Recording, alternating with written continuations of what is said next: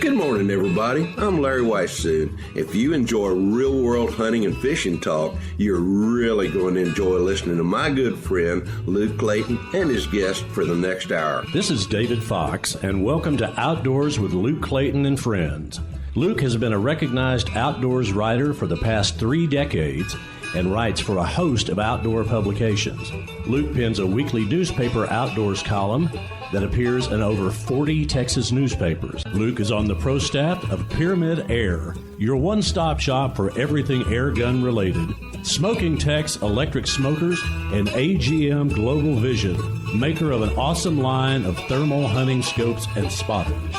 Feel free to contact Luke through his website, catfishradio.org. Now let's join Luke and his guests for this week's show.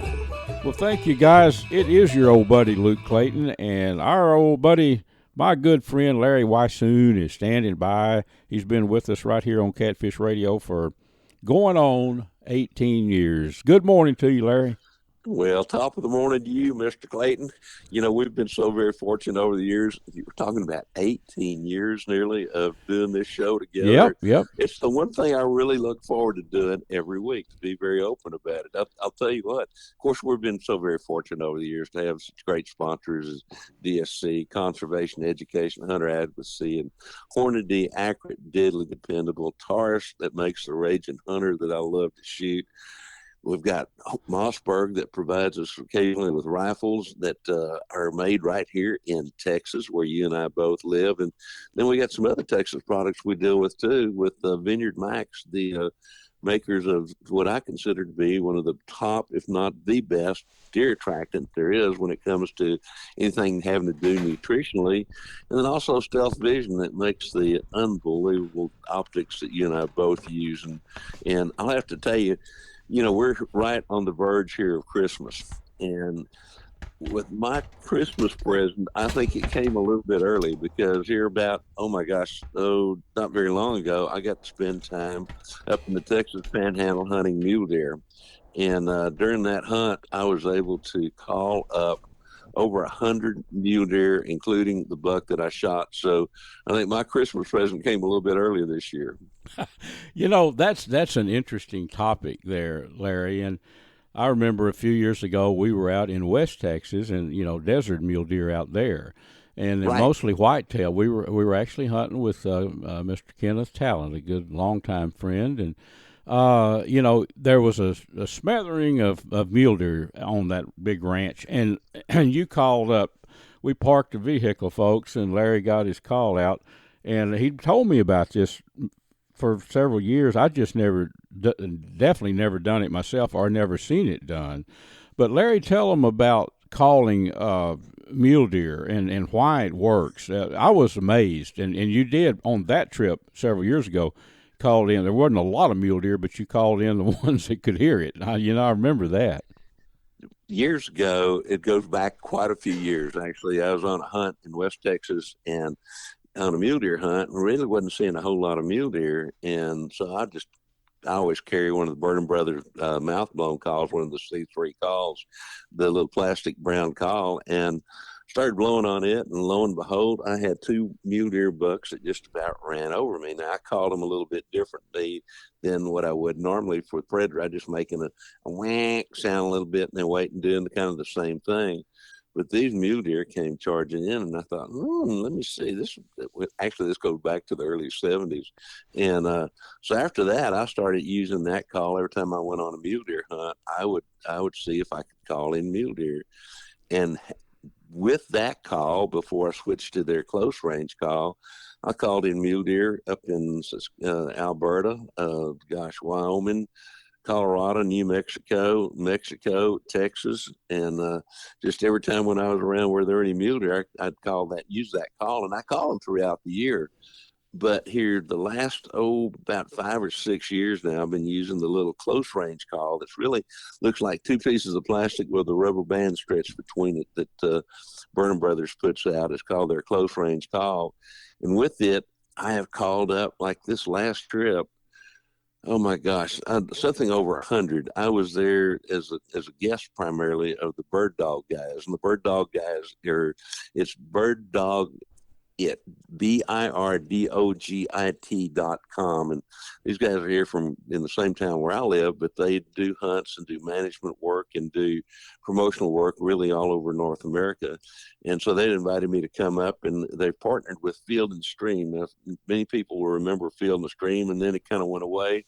Well, guess what? Field and Stream is back again. And so I was there to hunt and to be filmed by their film crew.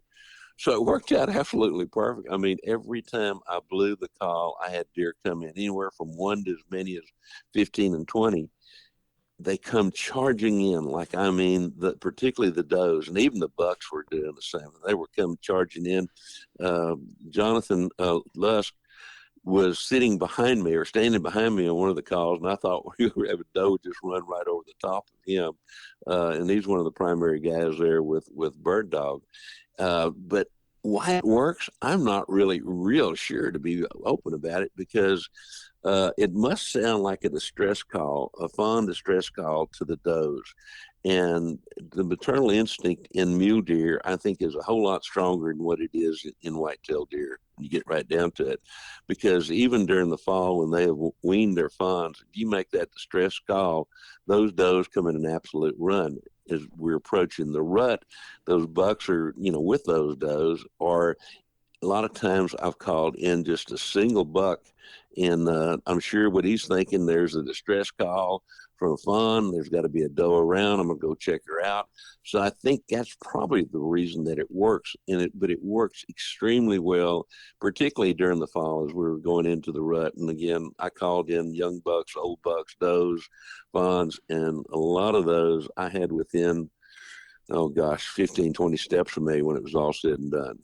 That is amazing. Larry, in your hunting in the years past for mule deer, when you're around guys that's veteran mule deer hunters, is that pretty? Is that idea when you tell them about it? Have you found it to be kind of news to them, or I'm going to guess most people, when I start talking about calling mule deer, they're in total disbelief of anything that you can't call mule deer, and I hope that remains the case among a lot of people, because I really don't.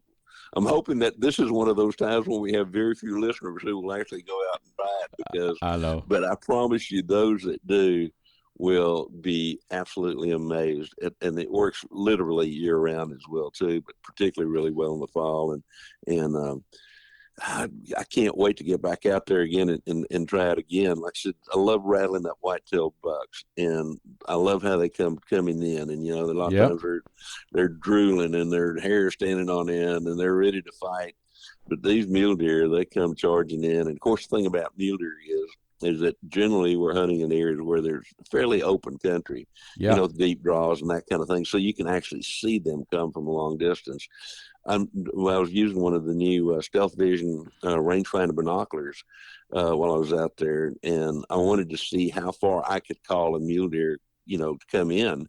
And there were several times where I'd spot a mule deer, 600-700 yards away, and range him, and I'd start calling, and that buck would come in.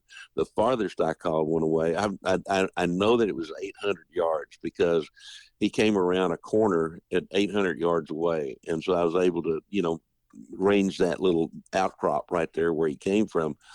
But he was beyond that when I started calling. So, the wind makes a lot of difference. If it's really windy, the beauty of that is kind of like rattling. The sound doesn't carry as far, as far rather, and so you can call closer times together.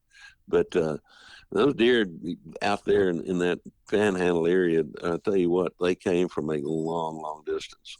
That's amazing. Well, I've seen it happen. You and I, when I saw it happen, we weren't in real good mule deer country. There were a few. It worked there, and I can only imagine in, say, on out in the Trans-Pecos or up where there's anywhere where there's a lot of mule deer. Gosh, I'd like one of these days. If I get lucky, I'll get with you and really see a herd of them come in. But it does work. Larry, back to Field and Stream. So I grew up, as did you, reading Field and Stream. I am very excited now. Mr. Lusk, Jonathan, right? Right. Mm-hmm. His dad's a good friend of mine. I've known him for many years, and I'm excited to hear that Field and Stream is coming back. I'd like to maybe get him on a near future show coming up, and let him tell all about the details. I know you know a good bit about it that you learned on that hunt, but man, that's good news to me. Well, the thing is that he owns a company called Bird Dog, and that's the Bird Dog It, BIRDIGOIT, BIRDDOGIT.com, and but they have partnered now with Field and Stream, and so Field and Stream are working very closely together on a whole bunch of different projects. But he can certainly tell people about it, and again, this Bird Dog outfit that they have, Michael Cotter works with him as well too, and some of the things that they're doing, and the hunts and the fishing trips they're offering, and the destinations, plus all the other things that they do. I think a lot of people would find it of great interest, and particularly our listeners, I highly encourage them to go to that website. I'll be there and checking it out. Like I say, being an old fan of Field and Stream from my boyhood days, I'm excited to learn more about it. You know, how I can access it myself. So we'll try to get. And two, they can go to fieldandstream.com, FIELDANDSTREAM.com. So to learn more about it, and it's kind of a membership kind of thing, but there's all kinds of different options available. And as soon as I found out about it, like you said, I grew up reading Field and Stream you did, and I thought, well, you know, I want to be a part of this. I want to at least see what these guys are doing. So I'm visiting with Sam Holcomb, who handles a lot of their projects. They've got some really great things coming out down the pike in the next year or so as well there at Field and Stream. Well, anything to further the good news of the outdoors, Larry. You know, I'm all for Amen. it, and I know you are too, buddy. Want to wish you and your family and all of our friends listening a Merry Christmas. It's almost time to start thinking about defrosting that turkey if you've got one in the freezer. You know, you know, you're right. It's Christmas is such a great time to spend with family and friends, and I know you've got, you know, a great weekend coming up with your family. Yeah, and of course we do here, and I know there's a lot of our listeners out there just, you know, look forward to this time of the year like we do as well, just to really get to spend time with our family, and in particular with close friends. And as you mentioned, just wanted to wish everyone the very merriest and the holiest of Christmases. Yes, We've got a lot to be thankful for this year. We do. It's good to take a moment and just reflect back and think about, you know, life's always got its challenges, but it's also got a lot of high points too. And we call them blessings, you know. So it's good to take time and reflect. Larry, thank you, buddy, for being with us.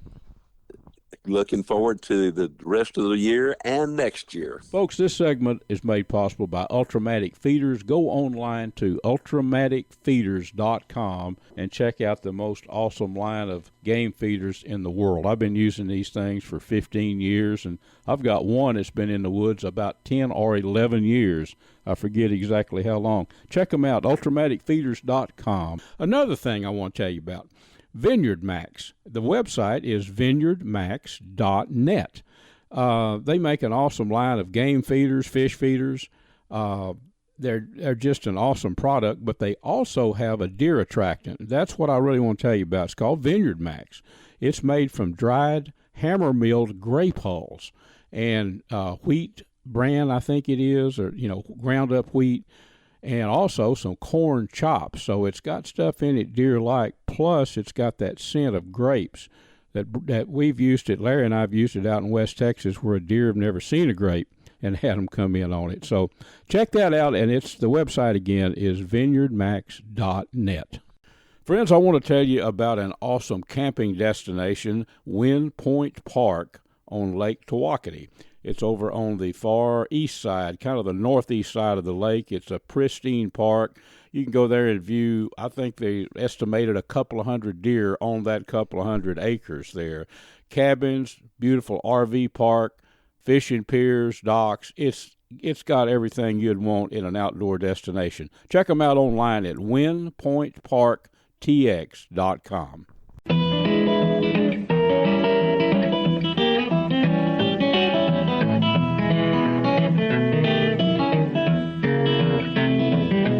Folks, this segment is made possible by Smokin Tex electric smokers that I've been using a long, long time, CatfishPro catfishing baits and catfish supplies, Ultrimatic Feeders, and AGM Global Vision, maker of the spotters and thermal scopes that I hunt with. Well, friends, let's head up to beautiful Lake Texoma up on the Texas-Oklahoma border. And I'm going to tell you, I just got back from a fishing trip with my buddies Edgar Cotton and David Cotton that live in Kaufman County. We fished with Striper Express, where I always fish, Bill Carey and his son Chris. I've got Bill standing by, and we want to talk about this trip because it's pretty typical right now of what's going on in the wintertime. Bill, thank you for being with us, buddy. Well, good morning, Luke, and all y'all out in radio land. Good morning, Bill. How are you doing up there in that nice, beautiful, clear, crisp air this morning? Boy, it's been a remembered December. It has been awesome. If our trip is any indication just a few days ago of what's going on, if on a 1 to 10 scale, I think it would have to be a 15. Folks, we caught under the birds. You've heard Bill and I talk about fishing under the birds, the gulls. We usually mention that, especially in the wintertime, but that's what we were doing basically. You know, we started out looking for some fish in sheltered water, didn't we, Bill? Mm-hmm. Yeah, it was howling that day. You know, it's getting warmer in December. There's no doubt about it. But I tell people, you will have a couple of northers blow through. Oh yeah, for sure. I hear that crow in the background. He's going to start wanting extra corn or something for being one of our props. I thought, folks, you might be able to hear Bill's crow back in the background. Bill's out on the dock there at Mill Creek Mill Creek Marina, probably. Bill, yeah. So we started out. The wind was earlier in the morning. It wasn't that high, but you said it got up to probably 20 miles an hour steady. Well, so we started, Chris, your son, who's one of the top guides I've ever fished with in my life, but we wanted to try to find some fish in sheltered water, but they weren't there, were they? No, we were hoping they'd blown into the marina with that north wind, the bait, and then the fish followed, but they weren't there, so we didn't have to go far to find them, though. It paints a picture. We gave it a good 30-minute try, and when striper fishing, if a pattern doesn't work, if you know what you're doing in the right areas in 30 minutes, it's time to move on. But so then Chris pointed the nose of the bow that Falcon King striper out toward open water, and tell us what happened next, Bill. Well, the best tool in December is a good pair of binoculars. You can it's kind of like deer hunting when you get out there early in the morning and you don't see that deer until your eyes get used to it, but you can pick off these birds with the naked eye. But those binoculars are the best, and Chris just glassed a group of birds. Oh, they weren't maybe half a mile away from the marina up on a flat, and we started there. And then we just started hopscotching schools of birds. What's going on, folks, is these are seagulls. We call them birds. The stripers are schooling fish, and they're pushing this bait to the surface, and the seagulls see the sparkle in the water, and they're better than these $2,000 fish finders we got. They are. You know, it sounds easy, and it is easy to get into a school of feeding stripers and catch a few fish, but to stay with them and catch a bunch of them requires some knowledge and some skill. There's no question about that. Approaching these schools, that's key. Now, if you just run up in there, you know, it's easy to get excited because you're looking at 1,000 or 500, who knows, a bunch of birds, gulls, and they're hitting the surface and grabbing crippled shad or just shad that they see up on the surface. They're grabbing food. Well, some of them sometimes are squawking and the fish are splashing. It's exciting. The worst thing you can do is run that boat up in the middle of all that. Now, you'll probably catch 3 or 4 or 5 fish, but Chris, doing it all the time, you guys, he catches a wind drift the way the school is moving mostly, and a lot of times they'll move into the wind. I've noticed that. The birds in the school and everything else is going into the wind. Well, he'll get on up around and let the boat drift into him, and you'll make long casts in the beginning. And then you'll pick them up when that bait gets out there where they are. But before you know it, they're all around the boat. And that's when pandemonium sets in. At times we had, I don't know, 3 or 4 fish in the boat flopping at the same time, you know. And that's what gets you. And talk about the baits that we were using, Bill.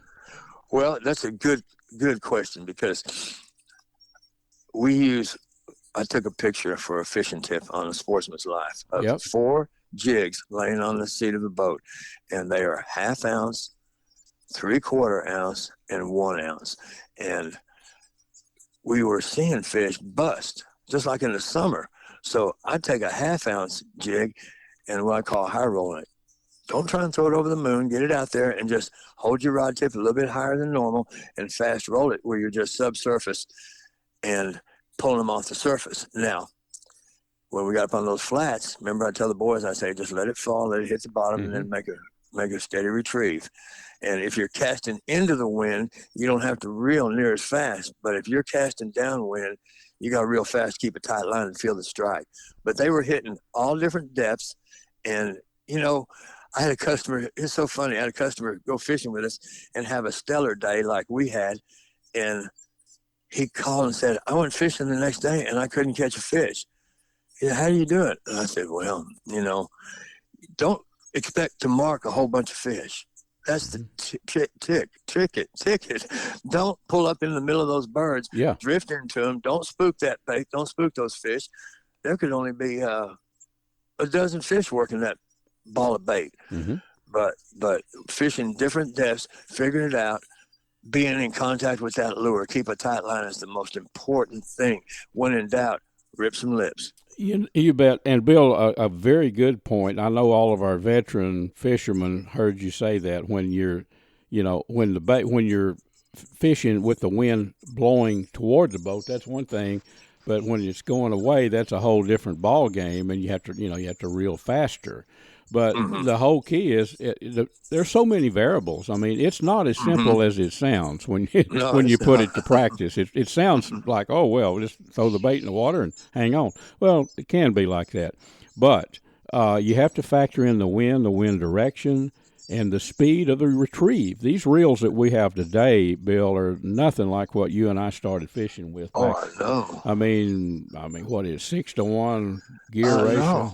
They're so fast. Yeah, one crank, and you've moved that bait 3 or 4 feet. 5 foot. 5 foot, yeah.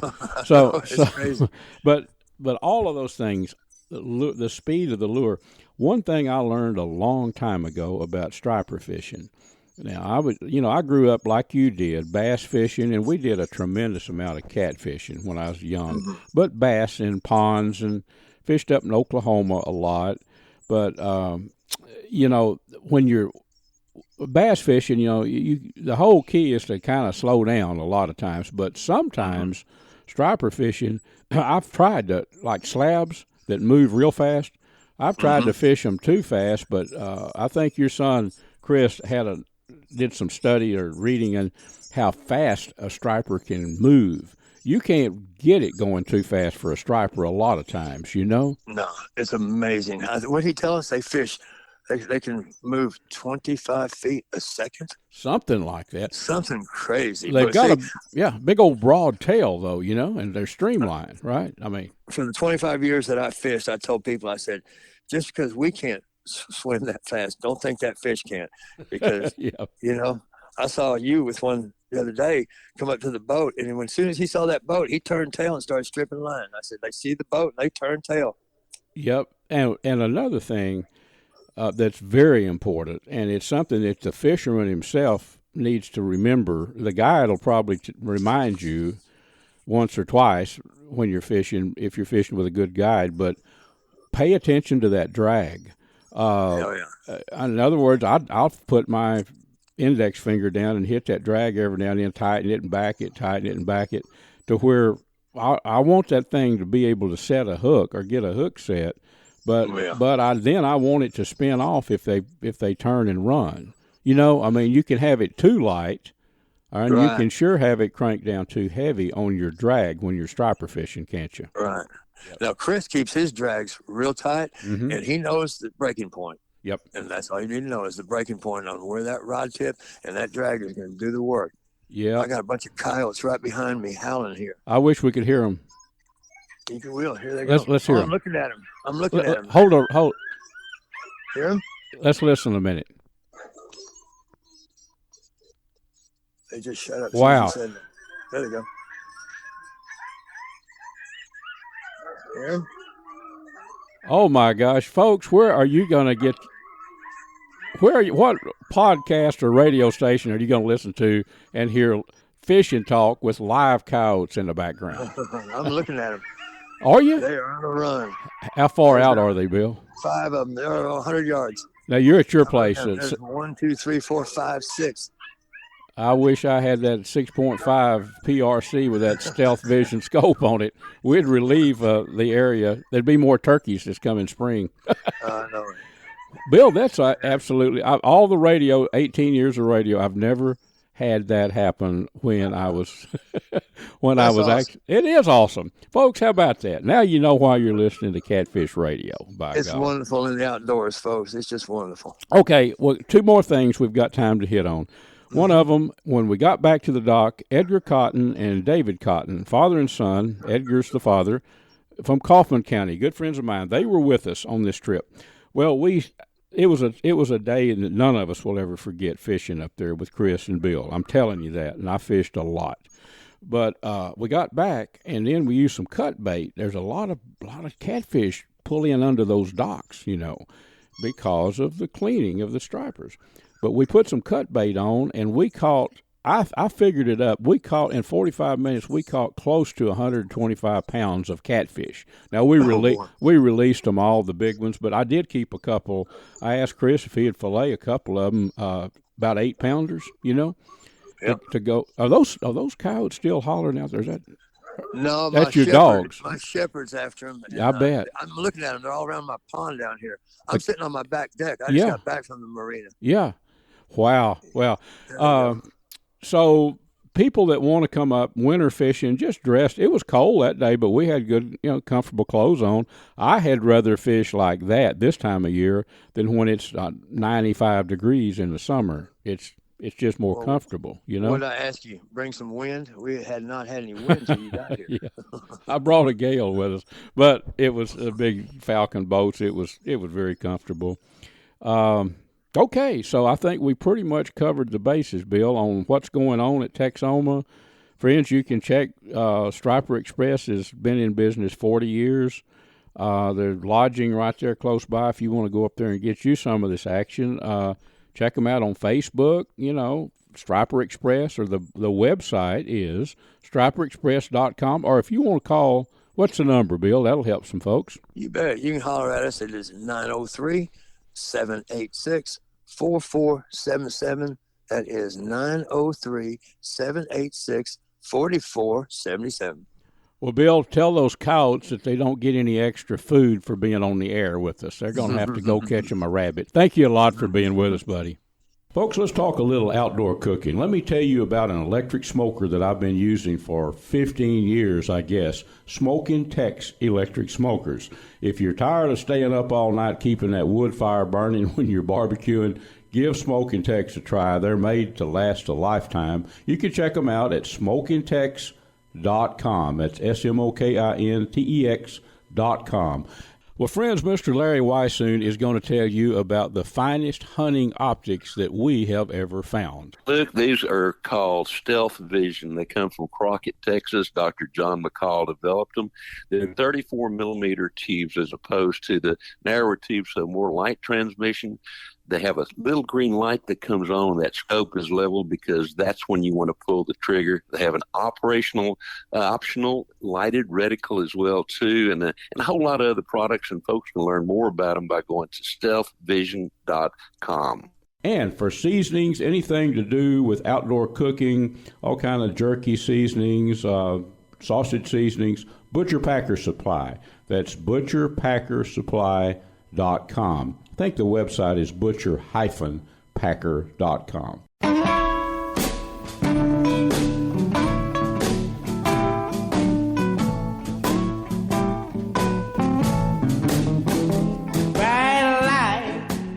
Friends, this segment is made possible by Platinum Cadillac and Chevrolet in Terrell, Texas. Stop by and visit with my buddy, Mr. Justin Rudd, and his team of experts, and let them put you in a new Chevy pickup or a Cadillac or whatever you might be in the market for. Also, the Choctaw Hunting Lodge up in southeast Oklahoma. Check them out at ChoctawHuntingLodge.com. Also made possible by Pyramyd Air, your one-stop shop for everything airgun related. Well, friends, we've talked a lot of hunting and fishing. Let's talk hunting and fishing in this segment. Let's talk to Mr. Jonathan Lusk. Now, Jonathan's dad is a longtime friend of mine, Pond Boss Magazine. I bet you've probably read that. But we've got a lot of bases to cover, and we've got 15 minutes or so to do it in. So, Jonathan, thank you, buddy, for spending some time with us and talking about bird dog. How about that? Yeah, thank you, Luke. I appreciate you having me on your show. You bet. So it's for lack of a better way to describe it, bird dog is a all-encompassing outdoor connection that you guys have started. Hunting, fishing, landowners. There's parts there that benefit landowners. It's a lot to bird dog. The website, I believe, is birddogit.com, right? That's correct. Yeah, bird dog is the Airbnb for hunting is the best way to think about it. Okay. So we started this company 2 years ago, and the whole idea was that 95% of the land is privately owned in Texas. So if you want to go hunt, you either need to own a ranch or be invited. It's really challenging. You're rarely on your own terms when you go hunting. So we said, hey, what if we went and got, photos of these ranches that are already running commercial operations, get with a biologist to find out what game's available, and then go put, great photos, ratings, reviews, and pricing so that people can book a hunt on their own time. So we started out with 10 ranches 2 years ago. We've got 75 lodges now, Texas, Louisiana, Florida, Michigan, Mexico, South America, and Africa, and it's kind of blown up. And so, it's basically coming alongside landowners who own a ranch who are saying, hey, we want to monetize this and we need help with selling these hunts. And then on the other side with the landowners or with the hunters, it gives them access to choose what they want to by price, by species, and by geography. And the thing is just taken off. So that's Airbnb for hunting is probably the best way to think about what we're building. And we're just adding fishing. We're down in Port O'Connor today and this week with a bunch of our sponsors and friends, and going to launch that, hosted trips, 12 of those next year, around Texas, but also Venice, Louisiana, and kind of around the U.S. to build community, to get people outdoors, to get folks educated, access, and then have great experiences so that they'll want to come do it again and really impact their families. So if, say, a family or a couple of guys or whoever, that they want to know, they want to go on a nilgai hunt or whatever, whitetail hunt, whatever, or a quail hunt, they can get online together or singularly, look it up, and it's like shopping online. They can see pictures of this particular of different ranches, right? And that's correct. See if there's a lodge, they can look at the lodge. And so prior to that, being old school like I am, Jonathan, back in the day, I mean, and still there's websites, but you don't know where to go. I mean, you can Google stuff all day long, but you're going to find all kind of things you don't want to look at, probably, or things right. that you wouldn't be interested in, put it that way. So you can go there and then categorize, break it down into different categories, say upland hunt, say, for instance, Yes. And yeah. You can search it out easier right there. And then these are places that you guys know are, they're good spots, good destinations, right? That's correct. Yes, you can go on the website birddogit.com and you can search by species, by price. You can say, hey, I want to go hunt a nilgai, and all the spots with nilgai are there. You can choose each of them. You can see how much it costs. Like you said, see photos of the lodging and the game. And so you know what to expect. The thing that we're selling is trust. Like we've met every single one of these landowners, and they all get rated and reviewed by the hunters, and then the hunters get rated and reviewed by the landowners. So it's a two-way rating system so that we make sure that we have great properties, but also we have great people who are respecting the land, because the landowner is our client. And what we're building is really an operating system that these landowners can log in. They can see what hunts they've got coming up. We get all of the liability waivers and things like that signed electronically. And then we can show them how much money they make, like where their costs are, what they can deduct from their taxes. We also are in the process of aggregating all of the taxes for these landowners, where you may have, an ag exemption or a wildlife exemption, but you may qualify for 2 or 3 other, federal, state, or local tax benefits that you didn't know about. And so we'll find those for you as a landowner, and then fill out all the paperwork and then submit it so you have the financial benefit. So we're working on that. In addition to that, we said, hey, these landowners basically have this legacy that they want to leave, right? And it's usually they've got maybe 5 kids, and I'm using this example, and one kid likes to hunt and the rest don't, but they all have expenses for property taxes, feed bills, insurance. So they've got to cover those costs. So we help them cover those costs. And, it's been very interesting because we talk to our clients, the landowners, and say, hey, what else can we do to help you? And so some of them have fertile soil and to be able to farm. So now we're building a marketplace that connects farmers to these landowners. So the farmers can go search and find places that are close to them that they can go farm. And then the landowner has additional income. And now they can sell hunts or not sell hunts. They can farm or not farm. Everybody wants the tax benefit, so we help them with that. But the whole idea is, like, how do we take care of these folks and help them continue their legacy through their families? And then anybody who touches that ranch, they're impacting their legacy. Like, I grew up on a shocker boat and pulling seines, with my dad, and we didn't grow up hunting. And so, I started hunting because I wanted my kids to get into it. And so we've got all these folks that are my age that have kids that are, 9 to 15 years old that want to get into it, but they don't know how to do it. So we do a lot of hunters education, where we teach the kids, how to hunt, that the moms and dads learn. We'll go shoot, 22 and a 20 gauge. And then we've got a, father-son hunt or a mother-daughter hunt or whatever it is. And then you get those folks experience, and then their legacy is impacted by the landowner's legacy. So it's like this really cool transfer, like a very, very cool thing that we get the opportunity to do, to come alongside these landowners, and they've loved it. And so it's given more access. Like I said, we're at 75 lodges. We'll be at 100 in the next probably 2 months.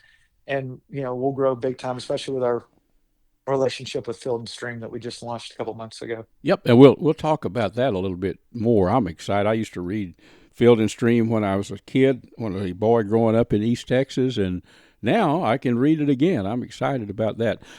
Jonathan, the number one question that I get asked is Luke, do you know a place? You're pretty well connected in the outdoors. Do you know where I can go hunt this? Or where's a good place to go catch this, whatever species?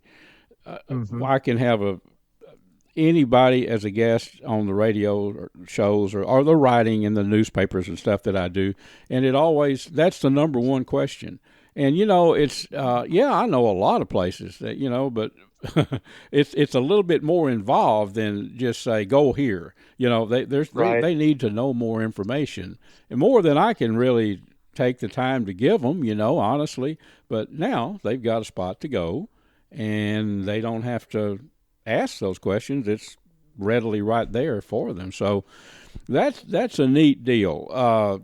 And we'll give the website again. But if I were a landowner listening to you explain all this, and I had a tract of land that had game on it, or I don't know, I think I'd be giving you a call and picking your brain a little bit more, Yeah. You can go to our website, birddogit.com, and on the right side there's a drop down that says list my land, and you fill out a short form with your name, the size of your property, and what you'd like for us to explore with you, and then we call you back the same day to get an idea, and we can get these properties up in about 3 days.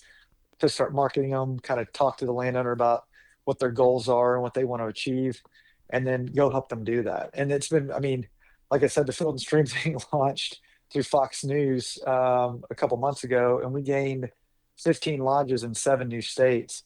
And so people are really, landowners are really buying into this, going, "Hey, you're adding a lot of value to our family and to our property, and this is great." And the hunters benefit, because as we get new properties, they're like, "Hey, I want to go, I want to go upland hunt, maybe in Texas, or maybe I want to go to Kansas or South Dakota, Mm-hmm. or shoot a whitetail in South Texas, or whatever it is." And so that's how we've grown, is taking care of the landowner, which benefits the hunter and the fisherman and the farmers as well. You bet. Are most of the operations in the United States, or any in across up north in Canada at all? We don't have Canada yet. We've got Alaska. We've got we picked up a big place in Idaho through this. We have not reached Canada yet. Well, but we're open for business. Okay, Canada is a outdoor wonderland. The Department of Tourism, the Saskatchewan Department of Tourism, has been one of our sponsors for a long time. I go up there each year, each summer, for a fly-in trip somewhere. Been to a lot of different lodges, but we need to. I want those folks to know about you too, because they're all about getting, people from the U.S. across the northern border and get up there and have some fun in that outdoor wonderland. What you're doing is just absolutely amazing. We're about out of time, Jonathan. We're going to have you back a bunch more. I know that, because I've scratched the surface on what you guys are doing. But Field and Stream, it's back right now. I mean, I've been online. Yeah, it'll be back. Thank goodness. That's so good. I'm thrilled about that. But it will also be a print a few times a year, I think. Right? Yes. So they're going to do 2 print editions a year, one in the spring, one in the fall, and they're beautiful. I've got a copy of each of them, and we actually, anytime you book a hunt through Bird Dog, we buy you an annual subscription to Field and Stream through our partnership. And so that's part of what we're doing, because it's nice to have that magazine in your hands. And when Doug McNamee and Morgan Wallen and Eric Church bought this, that was part of what they wanted to do, is that we've got to bring back the hard copy, because people want that. I mean, it's a 150-year-old magazine. Yeah. And so they brought it back, and it's wonderful. So yeah, I'm really excited about that partnership. I'm excited about what they're doing, and they're running all of their excursions through us. It's Field and Stream excursions powered by Bird Dog.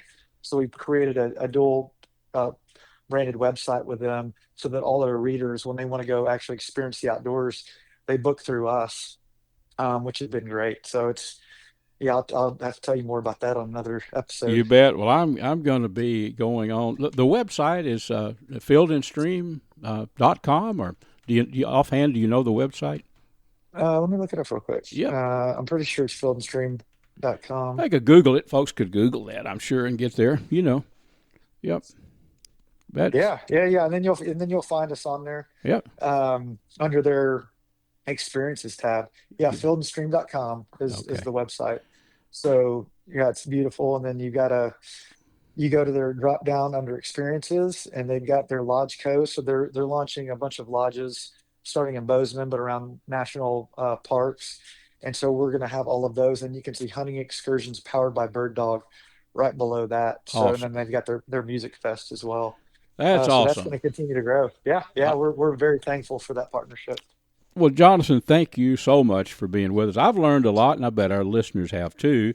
The main thing to stick in our brains here is birddogit.com. Folks, go there, check it out, and you and I both can learn some more about it. And we're going to get you back on again, Jonathan, and talk some more about this before very much longer. How about that? I would love to do it, Luke. For about the past decade, I've been hunting editor for Airgun Hobbyist magazine. I think the only magazine devoted strictly to airgun shooting and hunting in the country. Well, in that length of time, I've learned quite a bit about big bore air guns and smaller calibers too. A spot to go to that if you're interested in air guns, you need to know about Pyramyd Air. The website is PYRAMYD, pyramydair.com. They have anything and everything you need, from the guns themselves the big bores or the smaller calibers to the accessories. Just remember PyramydAir.com, and there's a number when you get on the website if you need to call and talk to somebody. Give them a buzz, and they can fill you in on little details that you might need to know about shooting or hunting with big bore air guns. While you're on the website there, I'd like you to check out the big bore air gun that I've done a great deal of hunting with. It's the Seneca Dragon Claw, 50 caliber, pressures up to 3,000 psi, and it looks like a conventional rifle. Wooden stock. I think you'll like the appearance, and I know you'll like the performance. It shoots not only bullets, but also air bolts as well, tipped with a broadhead. Check it out. It's the Seneca Dragon Claw. The snowflakes fall as winter comes, and time just seems to fly. Friends, this segment is brought to us by CVA Muzzleloaders. In my opinion, the very best muzzleloaders in the world, the ones that I shoot. You can check them out online, CVA.com.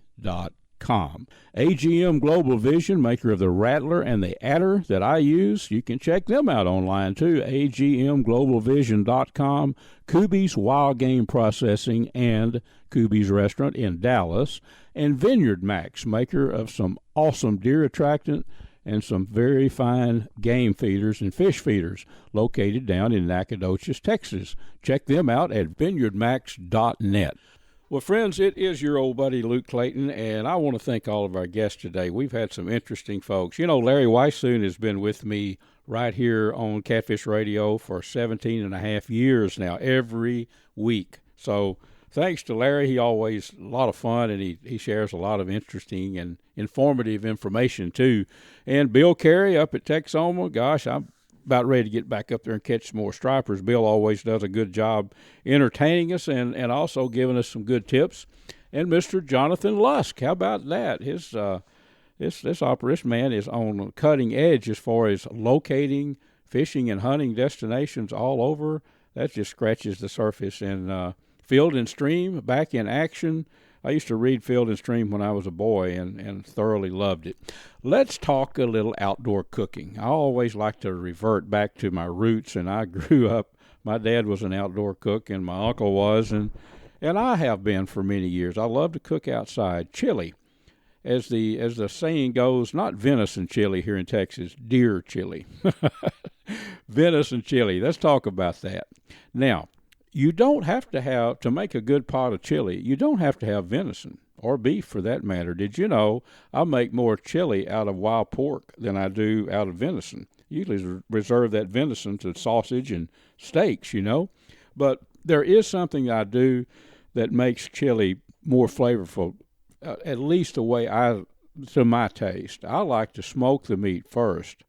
Now, the whole nature of cooking chili, you know, it doesn't have to be filet mignon. You can use ham, meat, or whatever, even some of the tougher cuts if you want to cook it a long time. Here's the way I make chili. I have a Smokin Tex electric smoker, and it's foolproof. You set the thermostat, put some wood in the little wood box there. I just cut limbs off my hickory tree usually and let them dry and smoke with those in my Smokin Tex. But I'll take, I usually make a big pot of chili because I like to freeze it in containers, and then when I come in at noon or something, I want a good bowl of chili, put it in the microwave, heat it up, and I'm ready to go. But I will take, say a ham roast, or for that matter, you know, you can use the black straps or front shoulder, whatever you want to use to make chili out of wild pork. I'll put it in the Smokin Tex and leave it uncovered. Just say we want to make chili out of a wild pork front shoulder. Say a hog that weighs 150 pounds. Well, that shoulder is going to weigh probably 8 pounds after it's been, you know, skinned out, bone and meat. I'll put it in there and smoke it for 3 hours with heavy smoke. You can use hickory, pecan, whatever you like. And then it's going to be tough as a boot, I promise you, after that. It probably will be heated up to 160 plus, but it's not chili meat yet. But I'll smoke it like that, and then I'll wrap it, and then I'll set the thermostat on my Smokin Tex at about 225, and just forget it for about 3 or 4 more hours. At that point, it becomes tender. Now, even the lower, the shank part of the front shoulder is going to be tender. So then I'll bone it out, and then I like chili meat to be chewy, little bits of meat in there. So then I'll take my cleaver, I'll cut it all off the bone, trim it up good, and then I'll chop it up. And then that smoked pork, I promise you, you're not going to be, when you eat the chili, you're going to say, oh, wait a minute, that's wild pork. It's just going to be tasty smoked meat when you get around to eating it. So then I put it in a skillet, and I've got a way of making my chili. You probably have a way that you like to make your chili as far as the seasonings. I use Wicks Fowler, and if I'm making a big old pot, I may use 2 or 3 Wicks Fowler kits. It's got everything in it. I don't have to buy the big old container of cumin and all the different things that you need, just buy the kit. But whatever you want to use to make your chili, put your meat in there, and I like to chop an onion up. And I like chili with a little jalapeno in mine. You may not, or poblano pepper, whatever. I like to chop up some pepper. If it's a jalapeno, I seed it out. I don't want it real hot because, that can burn out some people. But I like it, a mild-flavored chili. Put it in there, and then I put it in a cast iron pot. Mine is about a 14-inch cast iron Dutch kettle, actually, is what it is. So I will put it over a flame, and I'll cook that all together, get the onions, cooked down where they're translucent. The peppers are cooked, they're tender. And then, now, I know this is sacrilegious to some of you, but it's the way Luke likes chili. I put some kidney beans in mine. Depending on how big a pot, at least 1 can of kidney beans. If it's a great big pot, I'll put 2 cans in there. I like beans in my chili. There, I've said it, folks. You don't have to put the beans in your chili if you don't like them. But to me, it adds a lot to it. I put the beans in there and bring it up over a flame, bring it up to a slow bubble. A can of chopped tomatoes. You could use tomato sauce, tomato paste, I guess. But I like the chopped tomatoes in mine. I like a little texture to the tomatoes, Put that in there, and I'll add a little bit of water.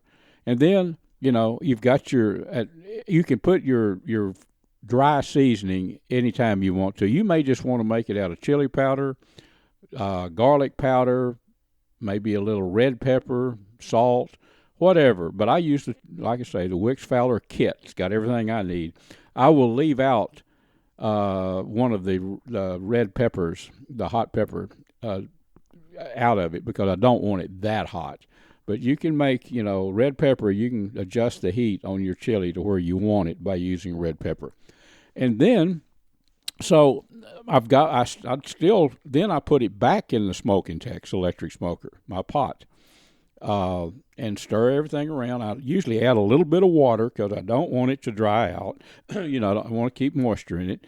And stir it up real good, all the seasonings in it, the smoked pork.